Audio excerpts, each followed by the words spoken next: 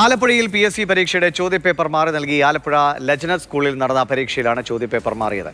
ഇതോടെ പരീക്ഷ മാറ്റിവെക്കേണ്ടി വന്നു. രഘുനാഥ് നാരായണൻ വിവരങ്ങളുമായുണ്ട്. രഘു, ഇതെന്താ സംഭവിച്ചത്?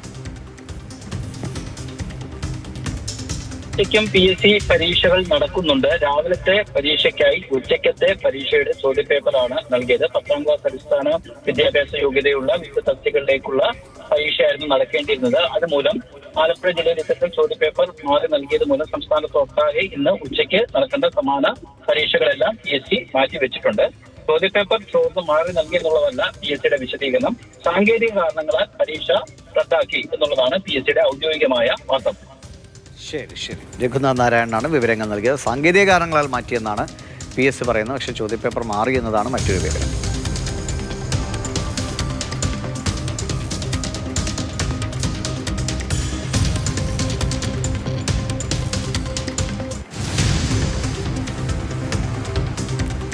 ഇതാണ് ആ ചോദ്യപേപ്പർ മാറി എന്നതാണ് വിവരം. PSC ഔദ്യോഗികമായി അറിയിക്കുന്നത് സാങ്കേതിക പ്രശ്നങ്ങൾ കൊണ്ട് പരീക്ഷ റദ്ദാക്കി എന്നതാണ്.